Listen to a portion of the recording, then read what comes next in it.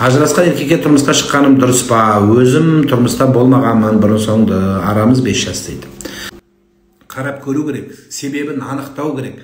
Кейбіреулер ажырасқаннан кейін ажырасып кеткен еркектің көпшілігі әйелдерін жезөкше деп айтады. Бұл 99% сөйтіп айтады. Оңбаған әйел, жаман әйел деп барлығы деді. Ал әйелден сұрасаң, бұны пасетімен қоса жамандайды. Біз сондай халықпыз өзі.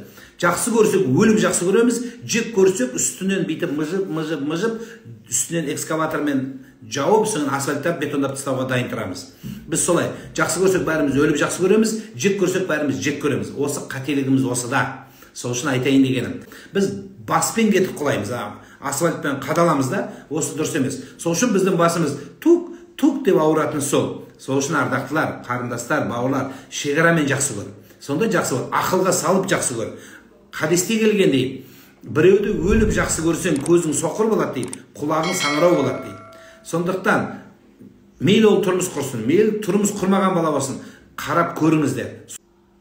Бұрын күйеуге шыққан әйелді алады да, тұрмыс құрған, соны өлелгенше бетіне басып өтеді. Сен байдан шыққансың, байдан. И сол сияқты еркекке де айтады. Сен өзің білдің ғой басыңмен қайда баратқаныңды. Енді соны айтып бетіне басып абыройын төкпеңіздер. Ол онсыз да өмірден бір таяқ жеген адам. Енді бір таяқ жегенде сен бассаң, оның жары, оның қолдаушысы Құдай болып, екінші жағында Құдайменен соғысып қалып жүрмеңіз.